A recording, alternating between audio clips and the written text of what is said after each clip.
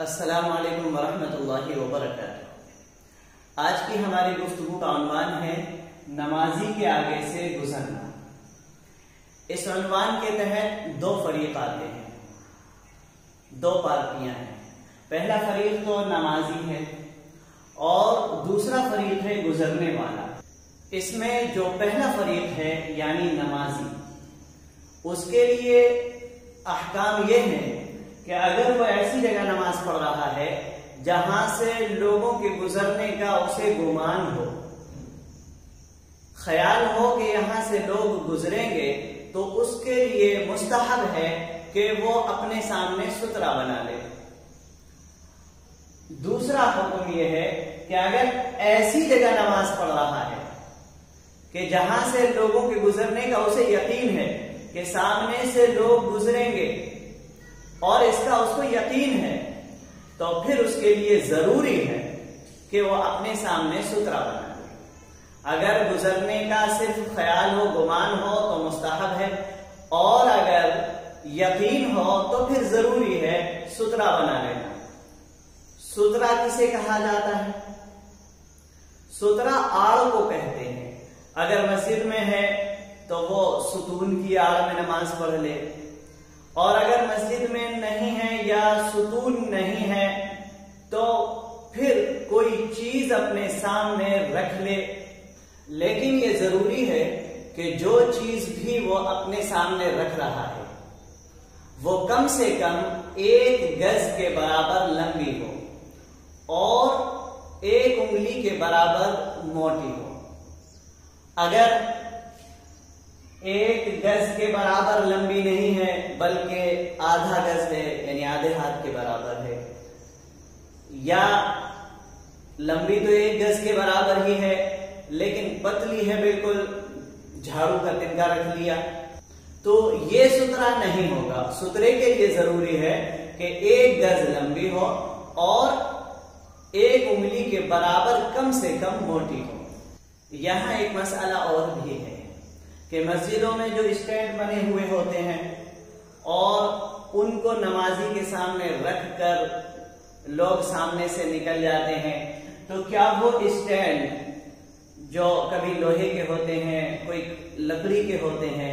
عام طور پر لوہے کے ہوتے ہیں، تو کیا وہ اسٹینڈ سترے کا کام دیں گے یا نہیں؟ تو جواب یہ ہے کہ وہ اسٹینڈ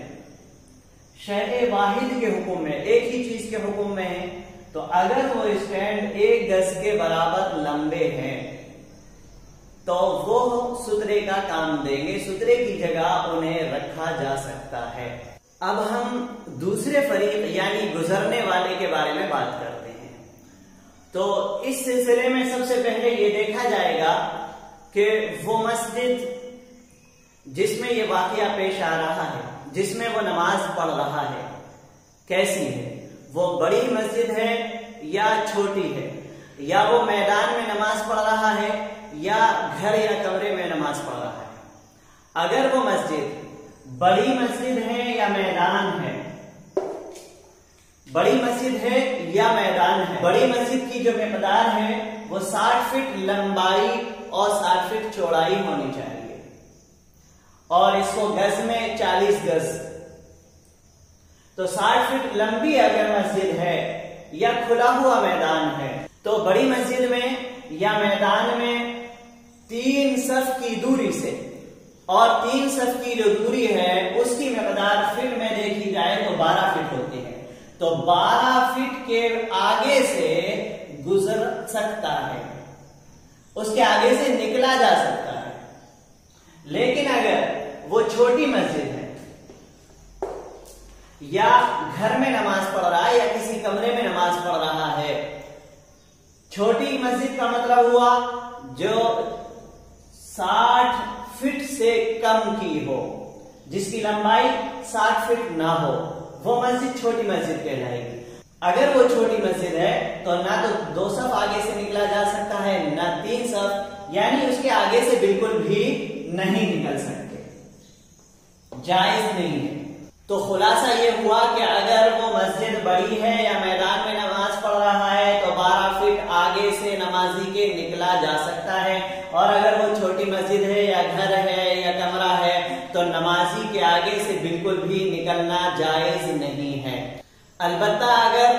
وہ نمازی اپنے سامنے سترہ رکھ کر نماز پڑھ رہا ہے تو پھر چھوٹی مسجد میں بھی نکل سکتے ہیں سترے کے پیچھے سے، اور بڑی مسجد میں بھی نکل سکتے ہیں۔ ایک آدمی وہ ہے جسے بڑا زور سے کسی چیز کا تقاضا ہو رہا ہے، مثال کے طور پر پیشاب کا تقاضا بڑا سخت ہے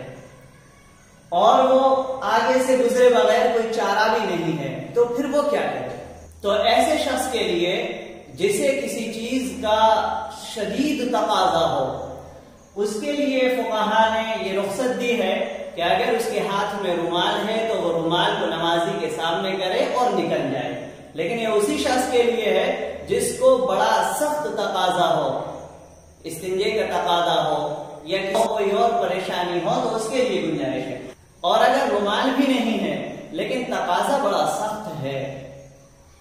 تب گنجائش ہے کہ بغیر سترے کے بھی گزر سکتا ہے۔ یہاں ایک مسئلہ اور بھی ہے کہ ایک شخص نماز پڑھ رہا ہے اور دوسرا شخص اس کے سامنے بیٹھا ہوا ہے۔ اب وہ جو سامنے بیٹھا ہے اس شخص کو نکل کر جانا ہے،